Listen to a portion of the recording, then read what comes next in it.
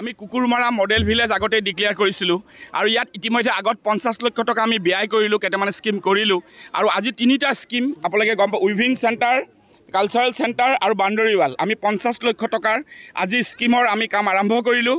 আৰু এটা আজি এই পবিত্ৰ সময়ত পূজাৰ প্ৰাক মুহূৰ্তত এটা শুভবাৰ্তা কুকুৰমাৰাবাসী মডেল ভিলেজ ৰাইজৰ কাৰণে, অনাগত 5 বছৰত আমি 4 কোটি টকা আৰু ইয়াত ব্যয় কৰিম।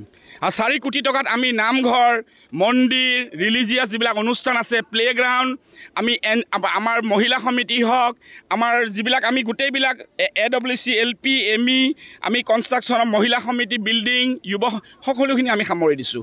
আমাৰ যিহেতু এইখন কুকুৰমাৰা মডেল ভিলেজ এইকাৰণে চিলেক্ট কৰা হৈছে, ছয়গাঁৱত এণ্টাৰ কৰাৰ লগে লগে এইখন প্ৰথম গাঁও আৰু এইখন গাঁৱৰ ইতিহাস আজি নহয়, 900ৰ পৰা 1100 বছৰীয়া ইতিহাস আছে। চান্দু সদাগৰৰ দিনৰ ইতিহাসৰ পৰা কুকুৰমাৰাবাসী চণ্ডিকা আই থানৰ লগত জড়িত হৈ আছে।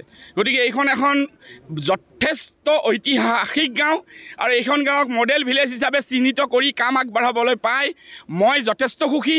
মই আমাৰ আজি district administration, civil administration, block office, আমাৰ ষ্টেট গভৰ্ণমেণ্টৰ অফিচ সকলোকে ধন্যবাদ জনাইছোঁ।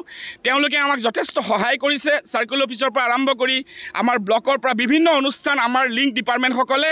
আৰু আজি আমি এনেকুৱা এটা জেগাত ভৰি দিছোঁ, 50 লক্ষ টকাৰে আমি আৰম্ভ কৰিলোঁ, আজি 50 লক্ষৰ কাম কৰিলোঁ, অনাগত সময়ত 4 কোটি টকা আমি ইয়াত ব্যয় কৰিম। আৰু মই ভাবোঁ এক সৰ্বাসুন্দৰ মডেল ভিলেজ হিচাপে আমি ইয়াক চিহ্নিত কৰিব পাৰিম আৰু অনাগত সময়ত আপোনালোকৰ আশীৰ্বাদ আৰু সহায় বিচাৰিছোঁ। ধন্যবাদ।